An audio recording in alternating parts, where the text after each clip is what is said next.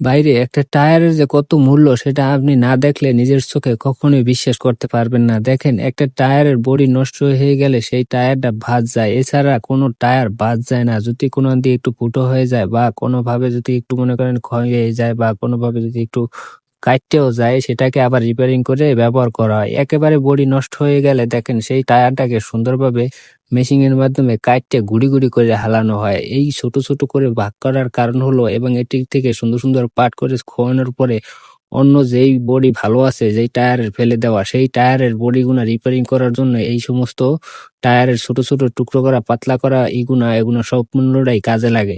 একটা টায়ার যদি মনে করেন একেবারে বডি মোটামুটি কায়দায় ভালো আছে, সেই টায়ারটার আরজা-পরজা যেটি আছে সুন্দর করে একেবারে সাইজে ফালাই দেওয়া হয়। তারপর যেইটা আরকি শক্তপোক্ত সেটার উপর আবার রিপেয়ারিং করানো যায় সেতুটুকু রাইখা দেখেন সেটাকে অন্য একটা টায়ারের যেই খোলা পার্টস গুলো আছে সেগুলো সুন্দরভাবে আরো মনে করেন মেকানিক্স করে সুন্দরভাবে সেগুলোকে একটা ফিনিশিং দিয়ে নেওয়া হয়েছে।